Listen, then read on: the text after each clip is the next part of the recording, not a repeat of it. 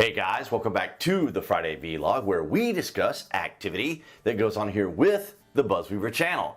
That includes things like current events, headlines that are in the news, pop culture, social media, technology, and items of interest that come up during the week that allow us to have a little bit of a dialogue. If this is your very first time to the channel, welcome. If you're following on new tech as well as a loyal YouTube subscriber, I want to thank all of you guys for your continued support. We start things off from MSN Health. U.S. identifies its first Omicron patient in California. Now, of course, this article is from yesterday. As of this recording, it is Thursday, December the 2nd. So this would have been on Wednesday, December the 1st. We have here, the Center for Disease Control and Prevention said Wednesday that a person with the Omicron variant of the COVID-19 virus has been identified in California. The person had returned to the U.S. from a trip to South Africa on November the 22nd. All their known contacts have so far tested negative for the variant, the CDC said. Now, this is becoming almost like the weather. And as we move forward in this article, you can see here, for example, officials in South Africa first identified the Omicron variant as a threat in late November and have since identified cases ongoing back to at least November the 9th. And here's the curious thing, is that if you guys have been part of the channel, then you know that when I was covering the Hong Kong protest, we were hearing about a pneumonia, a mysterious illness coming out of China. And this was when they were doing conducting some war games down in China. Now, this isn't indicative of the variant being utilized or part of any of the war games themselves, but suffices to say, there was rumors floating around that an illness of some sort, I think they call it the pneumonia or something like that, or pneumonia, was going around there in that area, and this would have been November of 2019. So from CNBC, Omicron COVID variant expected to hit New York in coming days, New York Health Commissioner says. Okay, so just New York? Is it just in New York? Is it just in areas where they need it to go, or how do they actually know where these sorts of things are going to happen if the first cases, or first two out of 300 million people in the United States is now going to be in New York? Is that because flights coming in from other countries that are coming to New York? So it seems, like I said a minute ago, like this is becoming almost like the weather. The new highly mutated Omicron COVID-19 variant is expected to hit New York State in the coming days, the state health commissioner said Thursday. Well, okay. We now have an exposure. Yes, we do. But we're always going to have one, apparently. We fully expect that it will be detected in the coming days. Well, that makes perfect sense, because if you need a pandemic, if you need a crisis to happen, people will find a way. Out of 300 million people in the United States, I can guarantee you can find something. I can remember years ago, I don't know, maybe 5, 6, 8 years ago, there was a young girl in Colorado who had the Black Death. Exactly. Yeah. So you can always find something or someone. I think she got it from a dead rat, of course, or from the fleas from the rat, like it was originally back in the medieval times-ish kind of period during that time. But yeah, if you look for something, you're going to find it. So Candace Owens, experts told you if you complied with lockdowns, censorship, masks, and vaccinations, life would return to normal. Conspiracy theorists told you COVID was never going to end, and governments would use it to usher in a totalitarian new world order. What do you believe now? It's a valid point. It's a valid point. CNBC again, U.S. tightens travel testing requirements, mask mandates as part of a broad plan to fight COVID. Really?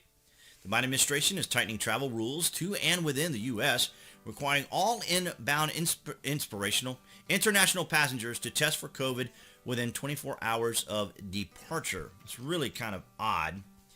The Biden administration is tightening travel rules to and within the U.S., requiring all inbound international passengers to test for COVID-19 within 24 hours of departure, and extending its mask requirements. Oh boy, a mask requirement extension, just what we needed, on all domestic flights and public transportation through March 18th. Now, you guys have probably seen the little meme that goes around. It shows the people 3 feet apart at the airport, all lined up to do whatever they're doing, board or whatever, and then they're all packed on a plane. I mean, who do they think they're kidding? So, how is this affecting international international countries and so forth? So, CNBC again, ironically, Germany announces new COVID restrictions for the unvaccinated as infection rate hits records. Really, I thought they were, doing their absolute best to vaccinate as many people as possible. Now, these are socialist type countries, so they're not protected by the Constitution or the Bill of Rights like we do here in the United States. Although Biden dances around it to scare everybody into thinking there will be fines and other particular penalties if you don't get vaccinated. So, outgoing Germany Chancellor Angela Merkel and the country's 16-state premier on Thursday agreed on a new package of measures to tackle a fourth wave of the C virus pandemic as infection rates soar to a record. So Germany is kind of tightening down just a little bit. And it could be because, as I said earlier, the winter weather, people are going to be getting together. There's going to be more contact. People aren't like out and about doing certain things. But, people are still functioning. People still carry on with their daily lives every single day. So I can't imagine that, unless they just continue to perpetuate the different variants and the continuation. But we're not very far off from the 2020 elections for the midterms here in the United States for House and the Senate. And I would anticipate that the Democrats, the establishment, whomever, is going to be coming up with something to try as much as they can to obviously utilize the pandemic as their crisis that they never like to go to waste, to come up with something to make sure that Democrats can stay in office. But I don't think it's going to be enough because like we just saw recently in the recent elections, for House seats and Senate seats and so forth. So, and of course, another interesting aspect or part of the world that has been under scrutiny, I don't know if you guys have been keeping up with all that's going on in Australia. So Sydney braces for more Omicron cases, but no lockdowns for now. Now, there's been a lot of very stringent lockdowns there, of course, even implementing the military, unarmed military, they often like to say, there in Australia. But Australian authorities on Wednesday flagged another probable case of the Omicron variant in Sydney as they brace for more infections after at least 2 months international travel visited several locations in the city while likely infectious. So I apologize for my stimmering and stammering here today. I'm kind of half asleep, but nonetheless, I wanted to put this together for you guys, of course, for the Friday vlog. You might be wondering, don't you normally record us on Wednesday? I normally do. Had a lot going on this week, so... and I'm trying not to be too rushed and try not to make as many mistakes, but it is kind of interesting to see another probable case.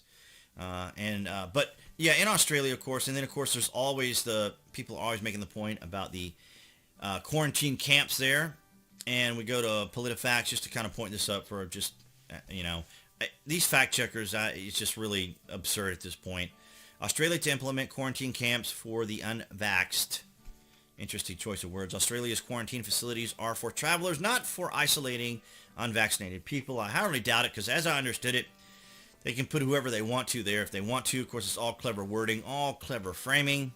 Queensland, a state in Australia, is building a quarantine facility for arriving travelers, whether vaccinated or unvaccinated. Well, really? Even if they're vaccinated? Queensland plans to use the facility for fully vaccinated international students upon their arrival in the country and potentially for unvaccinated travelers, where students are probably going to be more accommodating or more receptive to these types of camps because they like being taken care of. They probably see it as a resort. But so of course, I don't know if you guys keep track of Avi on Twitter, but of course he has been constantly reporting about what all is going on there in Australia as far as the lockdowns and the protests and everything that's going on. And then, of course, the latest here was out of CNBC as of today. Excuse me.